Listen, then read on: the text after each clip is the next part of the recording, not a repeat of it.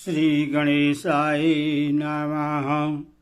घट स्थापना, दुर्गा पूजन सामग्री: गंगाजल, रोली, मोली, पान, सुपारी, धूप बत्ती, घी का दीपक, फल, फूल की माला, बिल्वपत्र, चावल, केले का खंबा, बंधनवार के वास्ते आम के पत्ते, चंदन, घट, नारियल,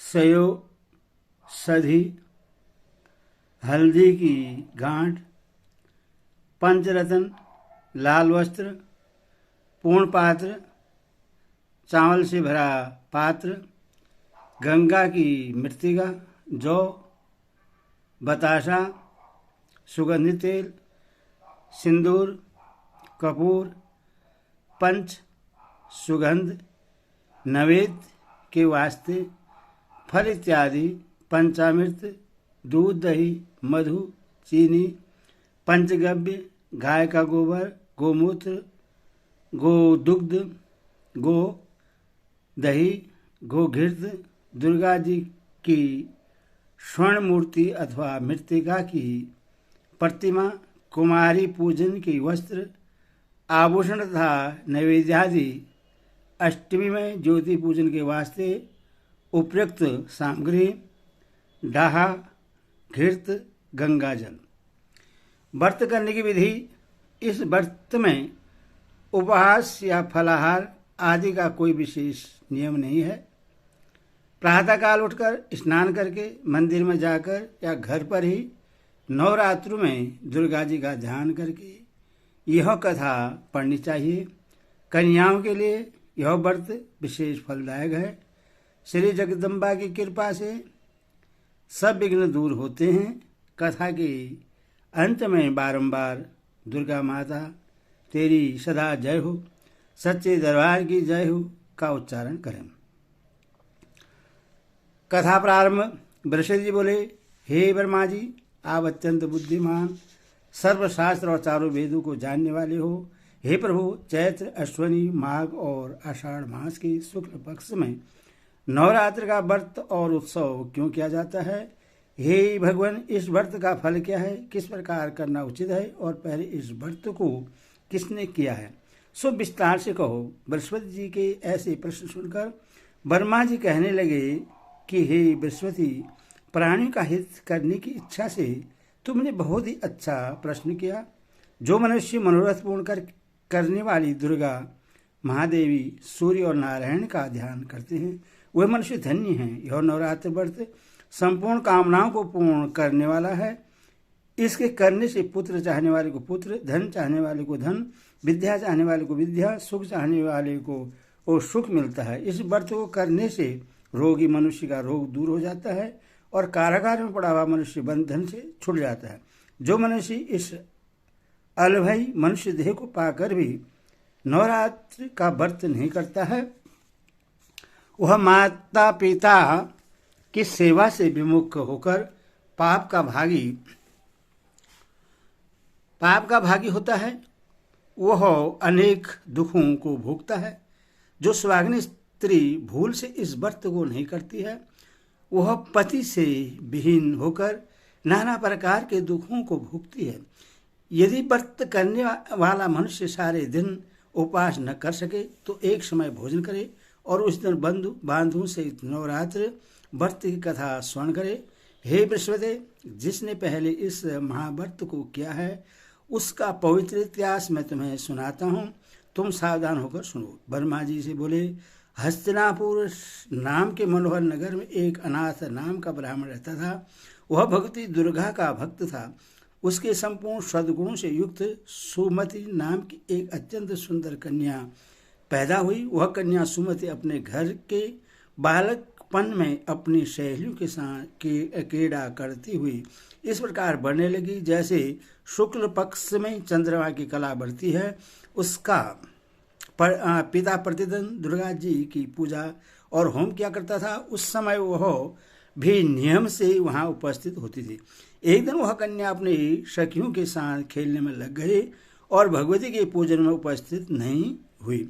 उसके पिता को पुत्री की ऐसी असावधानी देखकर क्रोध आया और पुत्री से कहने लगा, हे पुत्री, आज प्रभात में तुमने भगवती का पूजन नहीं किया, इस कारण मैं किसी कुष्ठी और दरिद्र मनुष्य के साथ तेरा विवाह करूंगा। इस प्रकार कुपित पिता के वचन सुनकर सुमति को बड़ा दुख हुआ और अपने पिता से कहने लगी कि हे पिताश्री, मैं आपकी कन्या हूँ, मैं सब तरह से आपके अधीन हूँ, जैसी आपकी इच्छा हो वैसा ही करो। रोगी, कुष्ठी अथवा और किसी के साथ जैसी तुम्हारी इच्छा हो मेरा विवाह कर सकते हो, वही जो मेरे भाग्य में लिखा है। मनुष्य न जाने कितने मनोरथ का चिंतन करता है, पर होता वही है जो भाग्य में विधाता ने लिखा है। जो जैसा करता है उसको फल भी उस कर्म के अनुसार ही मिलता है, क्योंकि कर्म करना मनुष्य के अधीन है पर फल देव के अधीन है। जैसे अग्नि में पड़े हुए तृणादि उसको अधिक प्रदीप्त कर देते हैं, उसी तरह अपनी कन्या के वचन सुनकर उस ब्राह्मण को और अधिक क्रोध आया। तब उसने अपनी कन्या का विवाह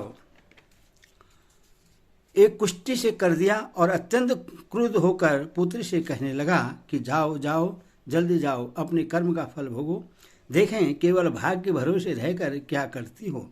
इस प्रकार से कहे हुए पिता के कटु वचनों को सुनकर सुमति अपने मन में विचार करने लगी कि अहो, मेरा बड़ा दुर्भाग्य है जिससे मुझे ऐसा पति मिला। इस तरह विचार करती हुई वह सुमति अपने पति के साथ वन को चली गई और भयावनी कुशायुक्त उस स्थान पर उन्होंने वह रात बड़े कष्ट से व्यतीत की। उस कन्या की ऐसी दशा देखकर भगवती पूर्व पुण्य के प्रभाव से प्रकट होकर सुमति से कहने लगी कि हे दीन ब्राह्मणी, मैं तुम पर प्रसन्न हूँ, तुम जो चाहो वरदान मांग सकते हो। इस प्रकार भगवती दुर्गा का वचन सुनकर ब्रह्मणी कहने लगी कि आप कौन है जो मुझ पर प्रश्न हुई हो, यह सब मुझसे कहो और अपनी कृपा दृष्टि से मुझे दीन दासी को कृतार्थ करो। ऐसी ब्राह्मणी का वचन सुनकर देवी कहने लगी कि मैं आदि शक्ति हूँ और मैं ही ब्रह्मा विद्या सरस्वती हूँ। मैं प्रश्न होने पर प्राणी को दुख दूर कर उनको सुख प्रदान करती हूँ। हे ब्राह्मणी, मैं तुझ पर तेरे पूर्व जन्म के पुण्य के प्रभाव से प्रश्न हूँ। मैं तुम्हारे पूर्व जन्म का वृत्तांत सुनाती हूँ, सुनो। तू पूर्व जन्म में निषाद भील की स्त्री थी और अति पतिव्रता थी। एक दिन तेरे पति निषाद ने चोरी की। चोरी करने के कारण तुम दोनों को सिपाही ने पकड़कर जेल खाने में कैद कर दिया। उन लोगों ने तुम दोनों को भोजन भी नहीं दिया। इस प्रकार नवरात्रि के दिनों में तुमने न तो कुछ खाया और न ही जल पिया। इस प्रकार 9 दिन तक नवरात्र का व्रत हो गया। हे ब्राह्मणी, उन दिनों में जो व्रत हुआ उस व्रत के प्रभाव से प्रश्न होकर तुम्हें मनोवांछित वर दे रही हूँ। तुम्हारी जो इच्छा हो सो मांगो। इस प्रकार दुर्गा जी के कहे हुए वचन सुनकर ब्राह्मणी बोली कि अगर आप मुझ पर प्रश्न हैं तो हे दुर्गे माँ, मैं आपको प्रणाम करती हूँ। कृपा करके मेरे पति के कोढ़ को दूर करो। देवी कहने लगी कि उन दिनों में जो तुमने व्रत किया था उस व्रत के एक दिन का पुण्य अपने पति का कोढ़ दूर करने के लिए अर्पण करो। मेरे प्रभाव से तेरा पति कोढ़ से रहित और सोने के समान शरीर वाला हो जाएगा।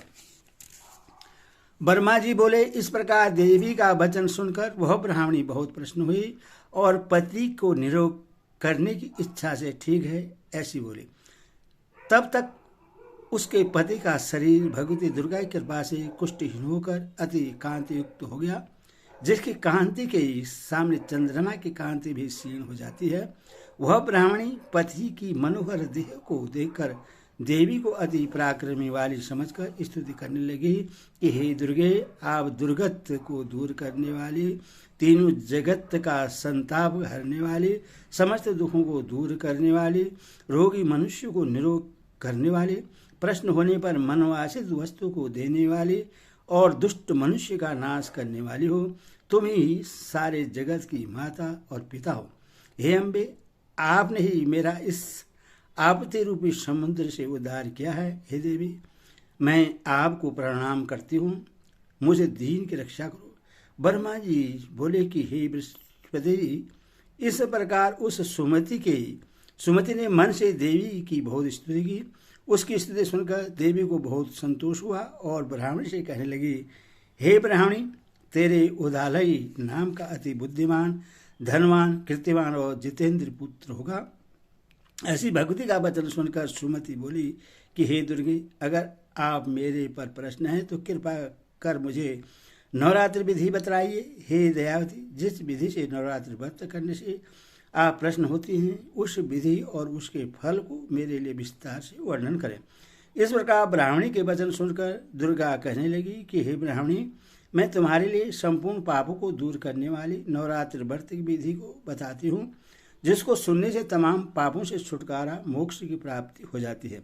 अश्विनी मास के शुक्ल पक्ष की प्रतिपदा से लेकर 9 दिन तक विधि पूर्वक व्रत करें। यदि दिन भर का व्रत न कर सकें तो एक समय का भोजन करें।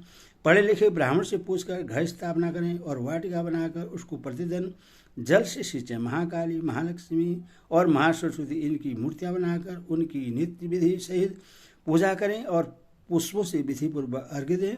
बिजौर के फूल से अर्घ्य देने से रूप की प्राप्ति होती है। जाल फल से कीर्ति, दाग से कार्य की सिद्धि होती है। आंवले से सुख और केले से भूषण की प्राप्ति होती है। इस प्रकार फलों से अर्घ्य देकर यथा विधि हवन करें। खांड, घी, गेहूं, शहद, जौ, तिल, बिल्व, नारियल, दाख और कंदमम इनसे हवन करें। गेहूं से होम करने से लक्ष्मी प्राप्ति होती है। चंपा के पुष्पों से धन और पत्तों से तेज और सुख की प्राप्ति होती है। आंवले से कीर्ति और केले से पुत्र की प्राप्ति होती है। कमल से राज सम्मान और दाखों से सुख संपत्ति की प्राप्ति होती है।